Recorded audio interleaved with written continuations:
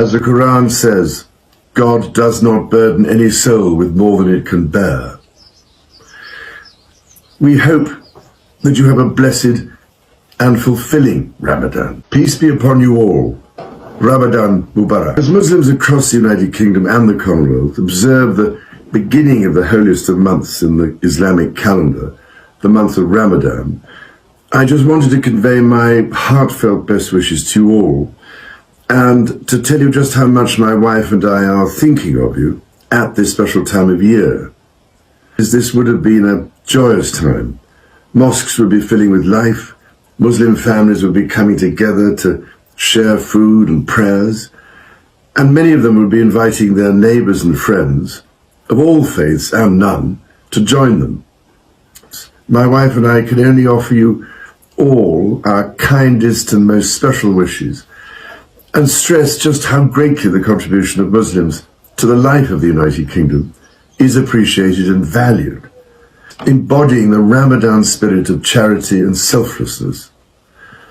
As the Quran says, God does not burden any soul with more than it can bear.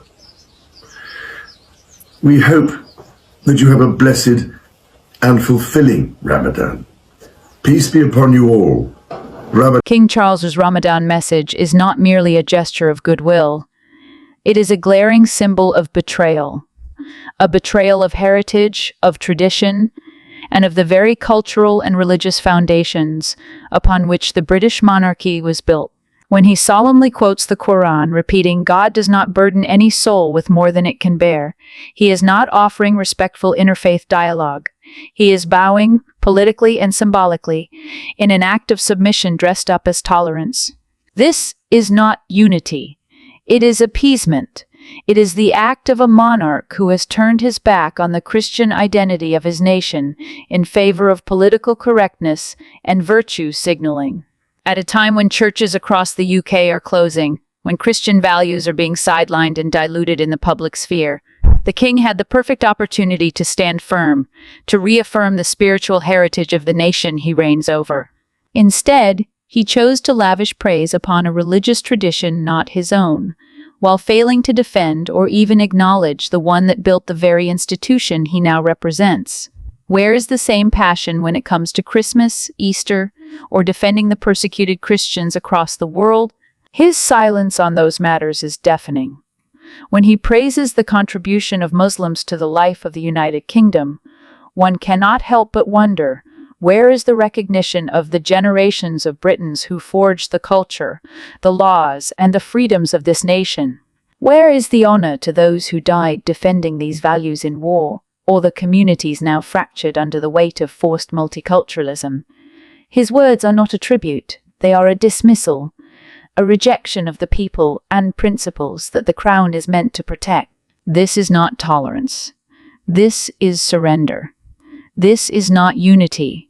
This is a monarch bending the knee to modernity, abandoning the solemn duty of preserving a national identity that has stood for centuries. Charles is no longer a symbol of unity. He is the emblem of a monarchy adrift. A king who would rather seek applause from global media than earn the respect of his own people. A true monarch upholds the soul of a nation. This message, however, marks the moment a king willingly tore it apart. Well, what it was, Ian, was a theatre of make-believe. You've got a Chancellor that is not an economist. I don't think she knows much about numbers. She's totally reliant on the Office for Budget Responsibility and their delusional forecast. Nothing short of delusional. On the one hand, they've halved their growth forecast for 2025 from what they forecast just a few months ago, saying that the world has changed and it's all much more difficult geopolitically. And yet magically, as though maybe they've been eating magic mushrooms, they've suddenly increased their growth forecasts every year thereafter by almost 0.5% a year. The two don't add up. You can't say things are much worse, but then make all the numbers into the future much better. So I'm afraid these forecasts are completely delusional. We're already in a recession. Everybody knows it. The economy shrank in January. I think the private sector economy is already shrinking. People are laying off workers, they're not hiring people, putting people on shorter hours.